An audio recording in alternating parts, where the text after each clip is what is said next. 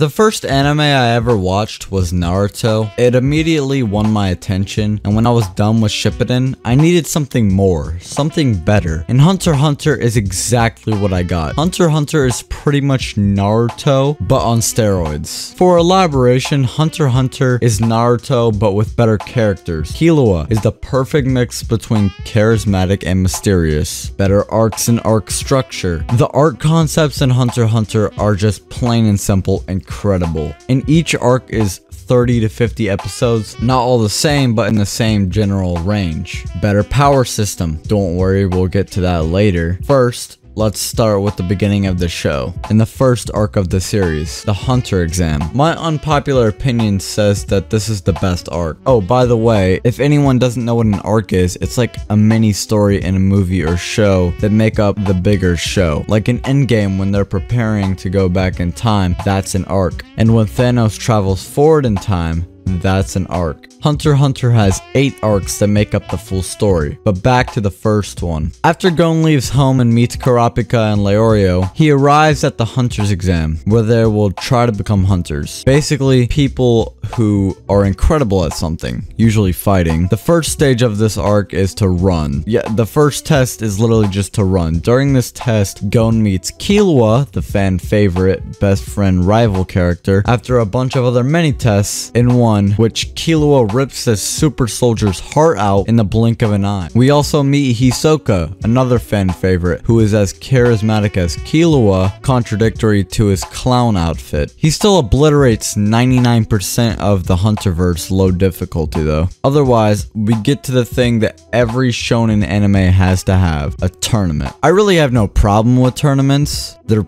awesome, to be honest with you. The way that this tournament works is that if you lose, you go to the next round, and the person left at the top, the person that wins the entire tournament, doesn't become a hunter. So 7 people become a hunter and 1 does not. Killua gets manipulated by his older brother into killing an old man and is therefore disqualified from the tournament. Next, Gon, Killua, Kurapika, and Leorio all part ways and agree to meet up in Yorknude in September. In the meantime, Gon and Killua prepare for our next arc. I'm like, man, tell her I don't want to speak again. I like what you need.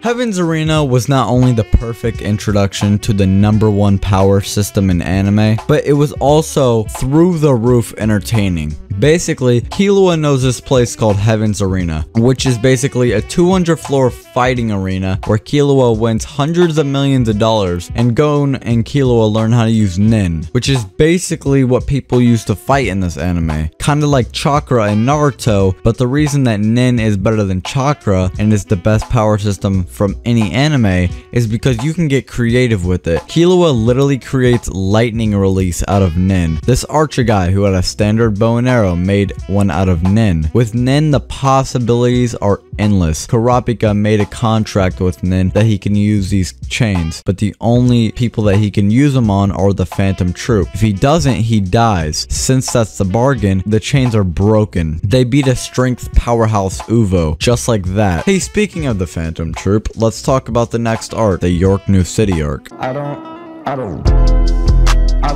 want to speak again.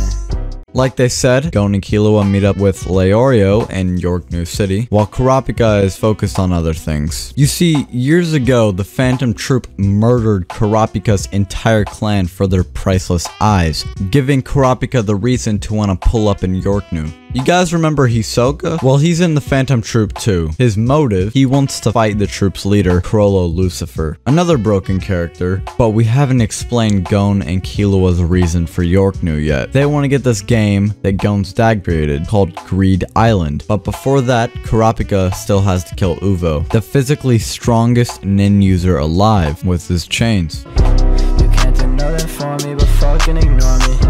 My mind's already... Greed Island is a video game created by Jing Freaks, Gon's dad, where you go into the game in your body. Using Nin, when you enter, you're in a game and you are trying to collect as many cards as possible and trying to collect an escape card. To leave the game in Greed Island, Gon and Killua meet their new trainer, Biscuit, who teaches them way more than they could ever imagined about Nin. They work with Hisoka to beat an extremely powerful boss called Razor in a game of Nin Dodgeball, and Killua takes a break from the game to get his hunter license because he was disqualified last year. Most importantly, Gon beats his dad's game and asserts himself as a formidable hunter. Now he's ready to take on his biggest challenge yet, Chimera Ants.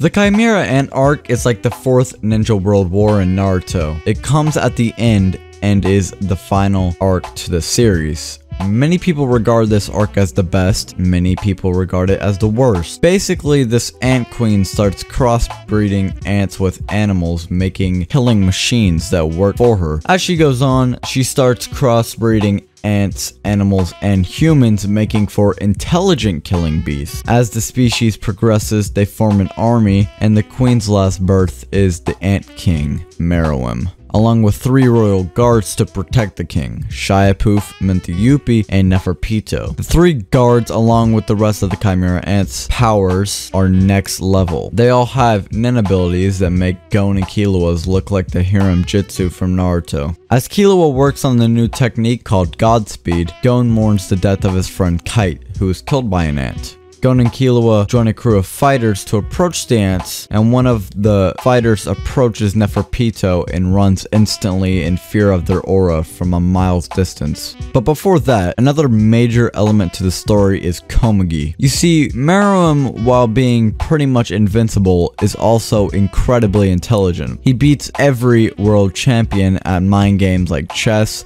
Chinese checkers, and so on. But when a blind girl named Komugi comes in and beats Meruem at shogi repeatedly, Meruem starts to see the value for human life, but we'll come back to them later. Moral engages with Shiapoof, Killua and Knuckle with Yuppie, Gon with Neferpito, and Meruem with Netero. Netero is the head of the Hunter Association and the strongest nin user on the planet, so he suits Meruem to fight the best. Shiapoof kinda beat Moral, it's tricky to say. Killua and Knuckle destroy Yuppie with Killua's new technique, Godspeed.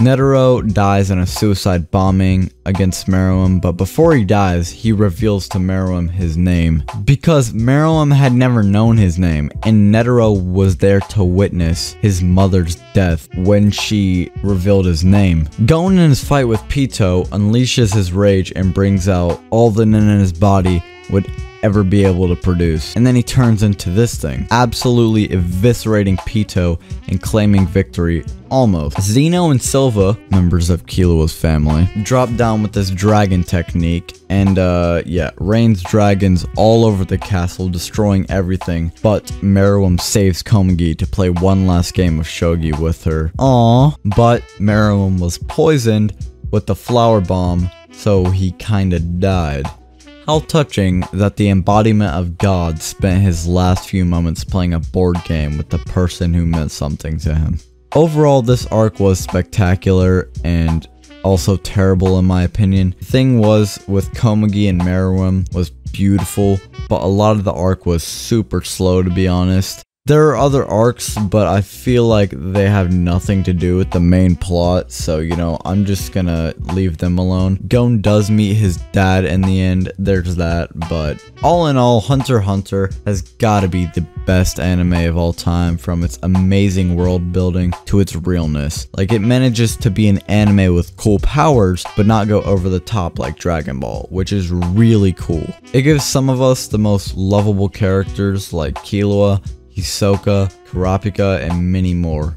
Not too many episodes, not too little. The writer of the story, Togashi, also created an anime, Yu Yu Hakusho, which is my third favorite behind Death Note. I might do reviews on either of those, but if you guys enjoyed, be sure to stay tuned and I'll see you in the next one.